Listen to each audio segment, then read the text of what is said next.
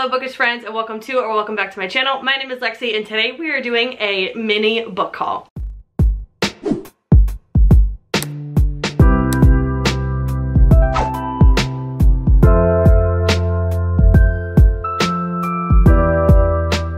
I guess I can't really call it mini because there is 13 books in this haul, which yes, I'm supposed to be on a book buying ban, but you know, I have good reasoning for all these books, so let's just get right into it. All right, we're gonna start with my book of the month haul first, and we're gonna go over these briefly because if you saw, I don't remember which one it is, but one of my recent, has to be Days of My Life vlogs, I went over all of these books in great detail, but I did get 4 books from book of the month this month. Their selects were just hot fire this month. Like every single pick that they had was so good, and there was a couple of add-ons I wanted to get from last month. The first one I got is Just for the Summer by Abby Jimenez, which is her newest release. And this is the 3rd book in the Part of Your World series. I'm almost positive it's part of that series, but don't quote me on that. There might just be like innuendos in this book from that series. Maybe that's what it is. This is about 2 people who think they're like cursed with love because every time they date somebody, they break up and then that person finds like their forever love and their soulmate. They find each other, decide that if they like fake date that this curse will be broken and then they'll be able to find their soulmate. If you don't know anything about Abby Jimenez, all you really need to know is that she writes like the most sweetest, adorable,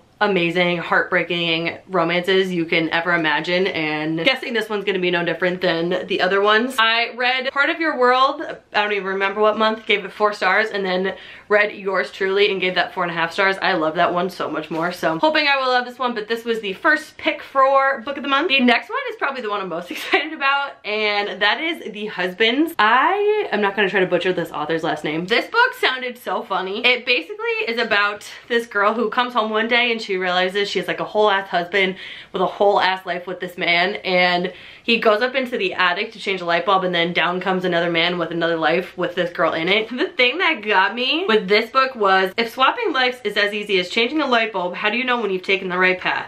When do you stop trying to do better and start actually living? So this one just sounds a little quirky and funny, and it just cracks me up that like the man goes upstairs and then out comes another husband. Like that just cracks me up. So this was my second pick for book of the month. The next 2 are add-ons. The first one being Daughter of Mine by Megan Miranda. This is her newest release. If you've been following me for a while and subscribed to my channel for a while, you would know that I just read The Girl from Widow Hills by her and absolutely despised it. But this is about a girl like going back to her small town after somebody dies, and obviously there's some sort of thriller, mystery, murder aspect. It says, Daughter of Mine is a chilling mystery that will keep you compulsively turning its pages to discover what lurks beneath the surface. Hopefully this will redeem my love for Megan Miranda, because every other book of hers I've read I loved, but Widow Hills just like sucked. The last book I got from book of the month was Bye Baby by Carola Lovering. This is basically about 2 people that live top and bottom in the same building and they're best friends, but then one night one of their daughters goes missing, and then Bye Baby confronts the myriad ways friendships change and evolve over time, the lingering echoes of childhood trauma, and the impact of women choices on their deepest relationships. I think it's some sort of like thriller, mystery, literary fiction. I don't know what it is. I love this cover. I don't know why, but I am so excited to read this. And those are the 4 books I got in the month of April from book of the month. If you want to sign up for your own subscription through book of the month, you can use the link in my description box. It is not an affiliate link. They're not paying me to say this. They're not sponsoring me.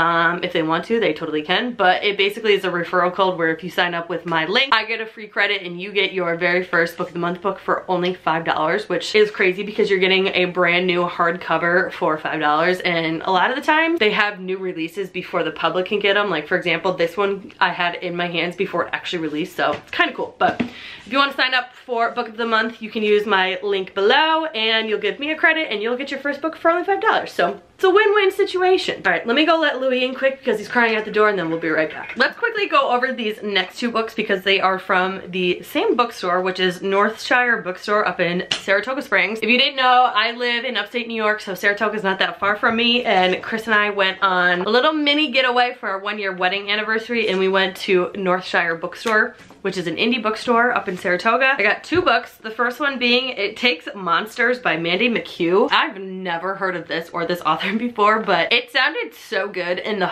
tagline is what got me. She had decided to kill her husband, but someone else got there first. So this woman went to go kill her husband. On the back, it basically says that she planned it out for a long time and like was really thorough with planning it, but then when she went to go do it, he was already dead. So now she's like investigating his murder, I guess. I don't know. Sounded amazing, and it is a signed copy, so that's kind of cool. Look at it. So thought that was cool, picked this up.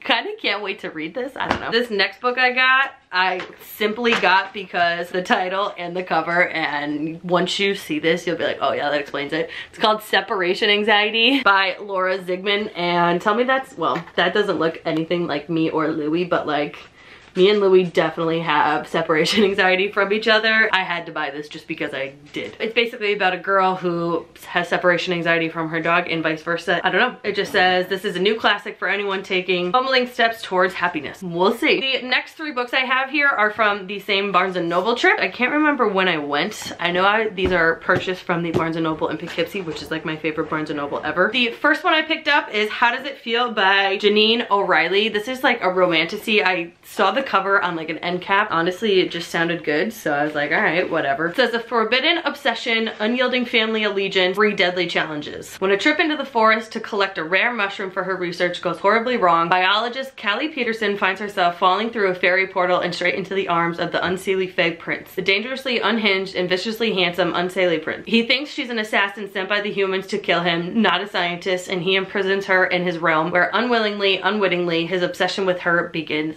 to grow. Some sort of fairy romantasy, and I cannot wait. I also love this cover. This is the first book in the Infatuated Fae series, and I don't know when any of the other books come out. I don't know if this just like recently came out, but that's the first one I got. The next one I got is A Door in the Dark by Scott Raintang. I have no idea. You can't even see it because his cover is so reflective. And I'm not gonna tell you the synopsis of this one because I don't feel like talking for that long, but this gave me like Harry Potter meets the 100 vibes. I think that's what I remember talking about. I also talked about these books in a recent vlog, so sorry you're hearing about them again, but whatever. In this book, there's wizards in a university, so that's where I got the Harry Potter from. They basically get dropped in the middle of nowhere and then they have to figure out how to survive, which that is literally the 100. I just read Wizard, University, and Survival and was like, yep, count me in. And I also love this cover. This gives 100 vibes. Like, this cover looks like those images for the 100. And I guess the second book of this just came out today, which is April 23rd. So I guess I have to get reading on this so I can get to the second book. The next book I got at that little Barnes & Noble trip is Wild Love by Elsie Silver. And I guess this isn't a cowboy romance, it's just billionaire romance, and honestly I'm here for it. She's been driving him wild for years, the good kind of wild, the bad kind of wild, but mostly the kind of wild that comes with wanting your best friend's little sister and knowing you can't have her. It's a billionaire romance, best friend sister. I'm excited about it. This will probably be the first Elsie Silver book I actually read. I do have Flawless, which is the first book in the Chestnut Spring series, but I think I'm gonna read this one first. Yesterday I actually went to a Barnes & Noble in Kingston.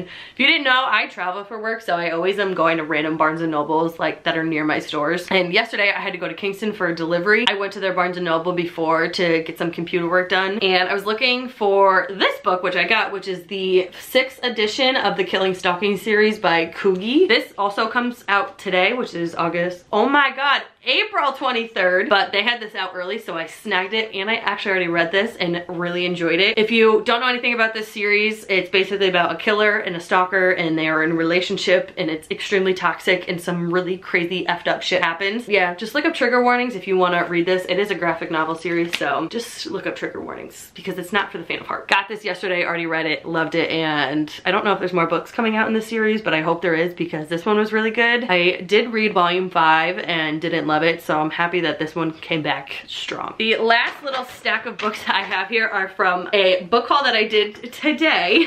I was in Yonkers today and went to their Barnes & Noble. Their Barnes & Noble just opened and it is amazing. They have so many indie authors there, and yeah. But today, I'm gonna say it right this time, is April 23rd. It's a Tuesday, so it's new release Tuesday. And Miss Emily Henry's new book came out. So when I was in the area and I knew that the Barnes & Noble was near, I was like, I have to go get this book because I absolutely loved Happy Place. I just feel like I'm gonna love this one too. I honestly don't even know what this is about. Is that bad? It says, it's a funny story. Daphne always loved the way her fiance Peter told their story, how they met, fell in love, and moved back to his lakeside hometown to begin their life together. He was really good at telling it, right up until the moment he realized he was actually in love with his childhood best friend Petra, which is how Daphne begins her new story. Stranded in beautiful Waning Bay, Michigan, without friends or family, but with a dream job as a children's librarian, and proposing to be roommates with the only person who could possibly understand her predicament, Petra's ex, Miles Nowak. Gruffy and chaotic, with a penchant for taking solace in the sounds of heartbreak love ballads, Miles is exactly the opposite of practical, button-up Daphne, whose co-workers know so little about her they have a running bet that she's either FBI or in witness protection. The roommates mainly avoid one another until one day, while drowning their sorrows, they form a tenuous friendship and a plan. If said plan also involves posting deliberate, misleading photos of their summer adventures together, well, who could blame them? But it's all just for show, of course, because there's no way Daphne would actually start her new chapter by falling in love with her ex-fiance's new fiance's ex, right? Oh my god. I just love Emily Henry's like storylines, but I read Happy Place last May and I'm probably gonna read this one this May, so I can't wait. I also love this cover, so got that one today. And I was literally this close to walking out with just that book, and then something in me made me go down the romance aisle, and I literally turned my head and found these three beauties, which are books 7, 8, and 9 in the Steele Brothers series, which, if you didn't know, this series completely took over my life in February. I read books 1, 2, 3, and 4 within like a week of each other, and I'm fully obsessed. It's a 28 book series, so I have a long way to go. I did read book 5 this month, like a week ago, and I have book 6, which is the last book following Jonah's story, and then books 7, 8, and 9 follow Ryan Steele, the third brother. If you watched some of my last videos, I told you I was gonna start buying them in 3s because that's how the series go.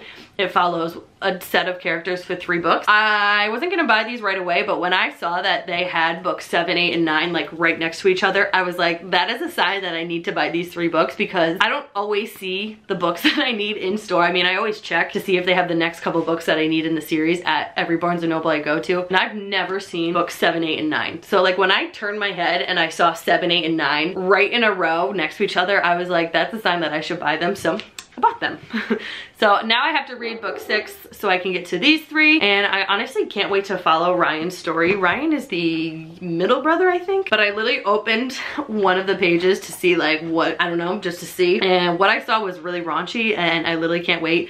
If you haven't heard me blab on about the series, it's basically a very dark romance with a thriller mystery aspect to it. There's a storyline that is kind of like continuing throughout the different sibling stories. I just love this series so much. It's so messed up. Look at trigger warnings before you read. It's not like your typical dark romance. I love these characters. I love this author. So when I saw books 7, 8, and 9 right next to each other, I knew I had to grab them. Okay, it is actually Next Day Lexi, because I totally forgot that I also received The Wilds by Sarah Pierce in the month of April. So I don't know how I forgot to include this, because I already read this and absolutely loved it. And this was one of my most anticipated reads of 2024. So I actually received this from the publisher, which is Penguin Random House, which I literally screamed and died when they told me that they would send me this. I did ask them to, because I had somebody from Penguin Random House reach out to me last year and ask if they could send me The Retreat, which is the second book from this series, and I responded and I was like, no, I actually already read it, so like don't waste the effort of sending it to me. And then when I heard that this was coming out, I reached back out to that same person and I was like, is there any way I could get an early copy of that since you didn't send me The Retreat? And they were like, yeah, sure. So I did receive this in the mail. I already read this, already loved it, and if you want to see me reading it in real time, you can go watch my 24-hour reading challenge video, which is the last video I posted, and you can hear my thoughts about this one. Now, cue the outro. I don't know if this is gonna work. Every time I try to show off the books, it never works. So that is my little book haul. Honestly, I know I said I was on a book buying ban, but again, I had good reason to buy all of these books. Most of them are newer releases, so I don't feel that bad about it. And then my book of the month, I didn't pay for this month's box because I had so many credits from people signing up. So thank you if you have signed up with my link. So I don't really count those. And then 2 of them from Northshire Bookstore. I consider myself supporting a indie bookstore, so I feel good about it. Most of the ones from Barnes & Noble are newer releases or the next in a series, so I had to buy them, right? Those are all the books I bought in the month of April. Hopefully this won't be a continuing situation going forward, because I really need to start reading books on my TBR. I'm also thinking about doing a specific reading vlog for these 3 books. So if you're interested in that, let me know in the comments below. Thank you so much for watching. Leave a comment below with how many books you bought this month and what your favorite book that you've read so far in the month of April is. Make sure to subscribe to my channel and hit that notification bell so you're notified every time I upload a video, and I will see you in my next one. Bye.